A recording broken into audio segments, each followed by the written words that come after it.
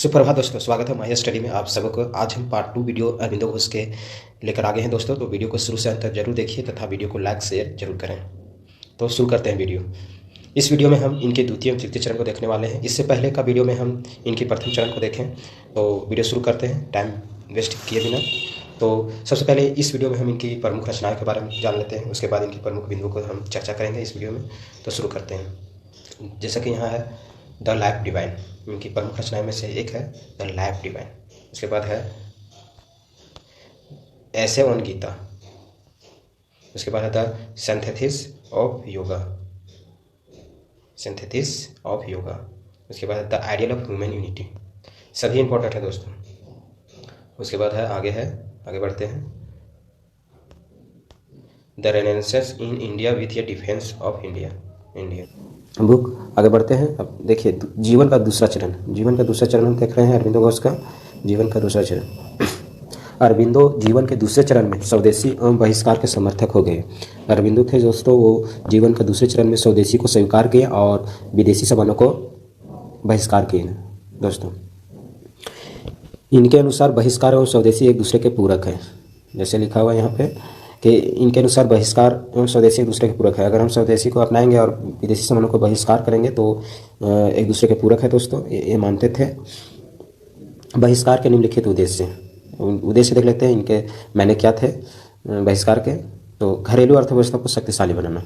देखिए जैसा कि अगर हम स्वदेशी सामानों को उपयोग करेंगे तो स्वाभाविक है घरेलू अर्थव्यवस्था मजबूत होगा। भारत में ब्रिटिश शासन को कमजोर करना क्योंकि यह शोषण पर आधारित है। ठीक है, सही बात है।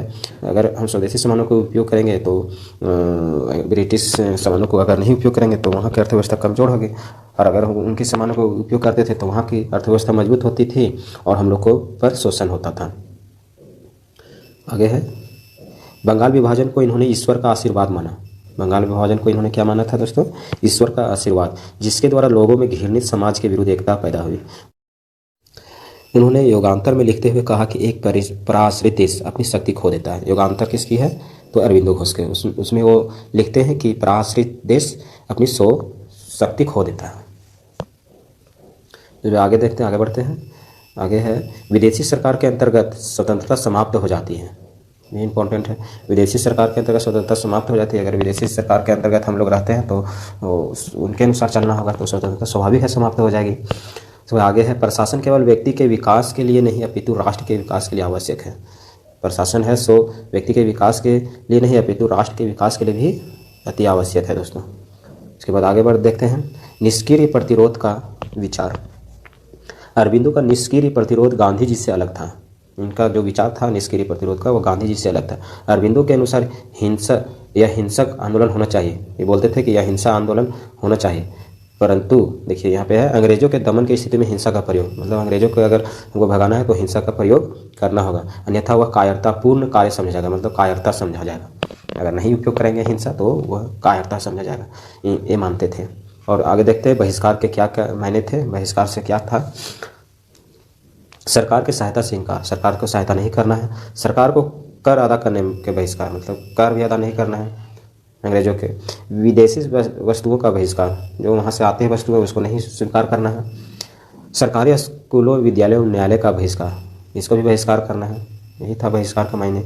उसके बाद आगे अरविंदो के द्वारा लिखे गए आक्रामक राष्ट्रवादी विचारों के कारण, देखिए यहाँ आक्रामक लिखते थे, उनके विचारों के कारण ब्रिटिश सरकार द्वारा जेल में बंद कर दिया गया और उनके अनुसार जेल में उन्हें ईश्वर का दर्शन किया, जिससे उनके विचारों में महत्वपूर्ण परिवर्तन आ गया। मतलब जब जेल गए तो उनके ईश्वर का दर्शन हुए और वह उनके जीवन में परिवर्तन हो गए। और किस लिए जेल गए थे? आक्रामक लिखते थे, राष्ट्रवादी के आंदोलन के लिए वो आक्रामक लिखते थे ब्रिटिश सरकार के खिलाफ, तो उन्हें ब्रिटिश सरकार ने जेल में बंद कर दिया था। जीवन का तीसरे चरण में क्या हो गया? ये अंतर्राष्ट्रीयवाद का विचार, मतलब अंतर्राष्ट्रीयवाद का विचार। देखिए यहाँ पे जो है परिवर्तन हो गए, मानवीय का अंतर्राष्ट्रीयवाद का विचार। आगे देखते हैं क्या था। उन्हें पांडिचेरी में अरविले नामक आश्रम बनाया। देखिए यहाँ इंपॉर्टेंट है, पांडिचेरी में अरविले नामक आश्रम बनाया। उसके बाद है आगे देखते हैं उन्होंने सावित्री नामक लंबी कविता लिखी। सावित्री किसकी है कविता? वो है अरविंदो घोष के। वो आगे है उन्होंने essays on Gita the human cycle, देखिए रिपीट हुआ है, ऐसे ऑन गीता, यही हो गया the cycle, ideal of human unity, war and self determination, ये 1962 में। द रेनेसेंस इन इंडिया नामक पुस्तक है। ये सभी किसकी है? अरविंदो घोष के। हाथ में रखना है, ध्यान में रखना है, याद कर लेना है। आगे है जीवन के तीसरे चरण में अरविंद आमूल्य परिवर्तनवादी हो गए। जिस तीसरे चरण में आमूल परिवर्तनवादी हो गए, पहले जो पता है कि तीसरे चरण में क्या हो गए थे। उन्होंने आध्यात्मिक मानववाद का निर्माण किया तथा मानवीय एकता पर बल दिया। आगे देखते हैं, राष्ट्र के विचारों को अंतर्राष्ट्रीयवाद समन्वित कर दिया। तीसरे चरण में अपनी रचना देखिए, तीसरे चरण में अपनी रचना द लाइफ डिवाइन तीसरे चरण में लिखे थे दोस्तों, जिसके लिए वे विश्व प्रसिद्ध हो गए। इसके अलावा the ideal of human unity, the synthesis of yoga जैसी रचनाएं की। दोबारा रिपीट हो रहा है दोस्तों, तो इसलिए याद हो रहा है, इसलिए कोई दिक्कत नहीं है। वर्ष 1910 पश्चात वे महान योगी हो गए। 10 में वे महान योगी हो गए तथा इस 1910 में ही संन्यास ले लिया, राजनीति से वह संन्यास ले लिए। उन्होंने कहा कि व्यक्ति के विकास के लिए परिवार, समुदाय और राष्ट्र आवश्यक है। पहले भी इस बात को चर्चा हुआ है। वह राष्ट्र को आवश्यक मानते थे दोस्तों। अगर उन्होंने कहा व्यक्ति के विकास परिवार, समुदाय एवं राष्ट्र आवश्यक है, इम्पोर्टेंट है दोस्तों। उनके अनुसार व्यक्ति को मध्य आत्मिक एवं आध्यात्मिक एकता सबसे प्रभावी होता है। इसके बाद आगे है प्रभावी होता है। उसके बाद अरविंदो के शिष्य मीरा रिचर्ड्स थे। जिन्हें मदर के नाम से जाना गया, शिष्य मीरा रिचर्ड्स थे अरविंदो के। उसके बाद आगे देखते हैं पूर्व एवं पश्चिम का सम्मिश्रण।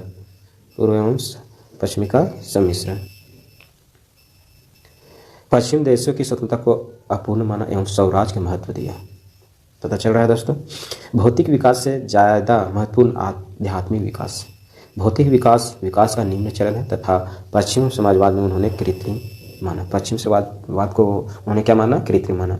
उनके अनुसार वास्तविक एकता आत्मा में विद्वान होती है, राजनीतिक एवं आर्थिक तरीकों में एकता स्थापित होती है। अरविंदो के विचारों में पूर्व के आध्यात्मिक तथा पश्चिम के मानवतावाद तथा राष्ट्रवाद का सम्मिश्रण पाया जाता है। आगे बढ़ते हैं। अरविंदो के अनुसार आत्मिक एवं आध्यात्मिक एकता के परिणाम स्वरूप राष्ट्र टू राज्यों में संघर्ष नहीं होगा। राष्ट्र टू राज्य में संघर्ष नहीं होगा। उन्होंने मानवीय एकता का विचार देते हुए विश्व राज्य के निर्माण पर बल दिया, जिसकी विशेषताएं निम्नलिखित है। यहाँ देखते हैं आगे। उन्होंने मानव धर्म निर्माण पर बल दिया। मानव धर्म के निर्माण पर बल दिया, जिसके द्वारा लोगों में संकीर्ण भावनाओं से ऊपर उठेंगे। यह विचार उत्पन्न किया जाना चाहिए कि मानव की आत्मा में एकता विद्वान है।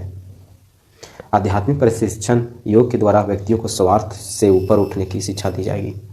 ये सब मानते थे, उनका सिद्धांत था। व्यक्तियों के मध्य अलगाव की बजाय एकता पर बल दिया जाएगा। देखिए कितना बड़ा बात है। व्यक्तियों के मध्य अलगाव की बजाय एकता पर, मतलब यूनिटी, एकता पर बल दिए हैं दोस्तों। आगे बढ़ते हैं। उनके अनुसार विश्व में एकता उत्पन्न करने के लिए राजनीतिक एवं प्रशासनिक माध्यम पर्याप्त नहीं है तथा वास्तविक एकता आत्मिक एवं आध्यात्मिक होती है। देखिए उनके अनुसार मानवीय आत्मा में ही भाईचारा निहित होता है, मतलब एकता को सर्व मानते थे और मानवीय आत्मा में ही भाईचारा है, ये मानते थे दोस्तों। तो वीडियो खत्म हो गया दोस्तों। तो इस वीडियो को लाइक तथा शेयर तथा चैनल को सब्सक्राइब जरूर कर लें, ताकि इसी तरह का वीडियो लेकर आए तो आप लोग को आसानी से प्राप्त हो।